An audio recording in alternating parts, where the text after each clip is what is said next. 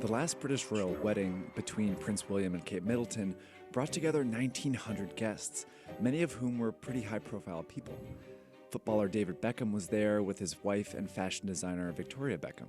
Elton John was there too. But this photo might be the most impressive of all, because this is the Queen of Spain and the Prince of Spain next to the Princess of Sweden, the former King of Greece is behind them, and way back there is the former King of Romania. They were invited because they're all related to Prince William's great-great-great-great-grandmother, Queen Victoria. Over the course of her 63-year reign, she strategically planned marriages to place her descendants in royal families all over Europe, and in doing so, created one of the most remarkable royal families in history.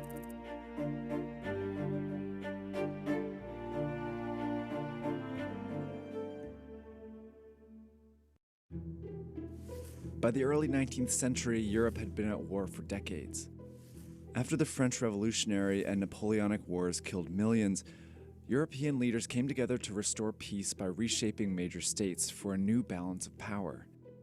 Great Britain went on to become one of the strongest states, and years later, Queen Victoria and her husband Albert came up with a plan to maintain that political power. They married their children to monarchs across Europe. And at that time, all royal marriages were fundamentally about dynastic unions, about cementing political allegiances, about building new political alliances. It started with their daughter Vicky, the eldest of 9 children. She married the heir to the Prussian throne, the largest and most powerful of the German states. Albert's vision had always been, and Victoria shared it, that Prussia, of all the German states, was the one that would end up leading the way towards a great unified Germany. They wanted to build strong connections with Germany and see them as being a force for good and constitutional, benign monarchy across Europe. Their children Alice, Beatrice, Helena, Leopold, and Arthur also married German royalty. Their eldest son, Prince Albert Edward, married a Danish princess whose brother was the King of Greece, 2 more important European states. But when their son Alfred wanted to marry the daughter of the Russian Tsar, things became a bit more complicated. There was a long history about Queen Victoria's deep apprehensions about Russia for any of her children marrying into Russia. Well, the Russian monarchy was an autocracy, whereas the British monarchy as such was a constitutional monarchy. There was a whole long period of Russophobia in Britain. The 2 states were also extremely competitive over territory in Central Asia and Eastern Europe, where they fought a bloody war in the 1850s. But the marriage was allowed, and by the 1880s, Queen Victoria's children were in several important branches of Europe's monarchies. But did it bring peace to Europe? Not quite. See, Germany did unify in 1871, but it wasn't peaceful. Prussia fought a series of bloody wars and consolidated the other German states. In Russia, the royal Romanov family was losing its grip on power. Members of the monarchy were being hunted, and the Tsar was assassinated in 1881. The royal unions didn't play out as Queen Victoria planned, but she continued to make more matches anyway. She had 42 grandchildren in total, and these 7 ended up on royal thrones. The eldest, Wilhelm II, who was already in line to be the next emperor of Germany, married a German princess in 1881. The hope was that he would steer a unified and powerful Germany into an alliance with Great Britain.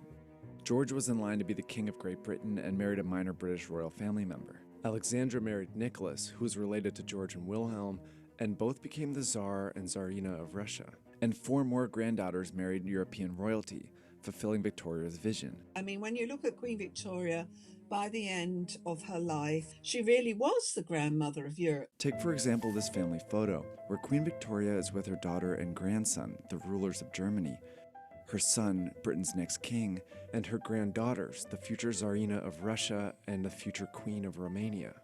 Here's the soon-to-be King of England and his look-alike cousin, the soon-to-be Tsar of Russia.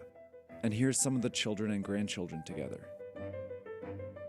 Finally, this is King Edward of Great Britain and his nephew, Kaiser Wilhelm of Germany, at Queen Victoria's funeral in 1901. After her death, the family ties that Queen Victoria had strung around Europe would not bring peace, but the most destructive war Europe had ever seen. The Kaiser and the King of Württemberg make ready to sweep the field. The Tsar of Russia mobilizes.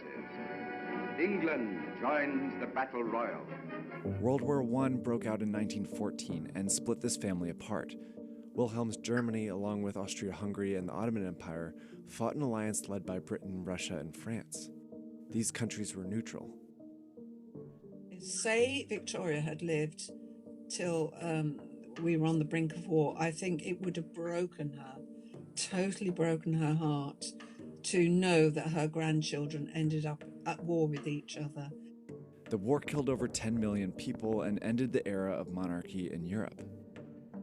Wilhelm, Sophia, and Marie were all forced to abandon their thrones. Revolution swept through Russia, and Alexandria and Nicholas were executed by communists. The British monarchy survived, but the war forced them to rethink their political strategy. King George V, and his wife Queen Mary were very, very astute. They saw that the monarchy had to be more people-friendly, had to be more accessible, not just sitting there in great robes in glory, with their crowns on. Had to be much more out on the street, hands-on, meet the people, win their confidence, kind of monarchy we now have with Queen Elizabeth. That approach not only helped modernize British monarchy over the last century, but it also changed the face of royal weddings forever.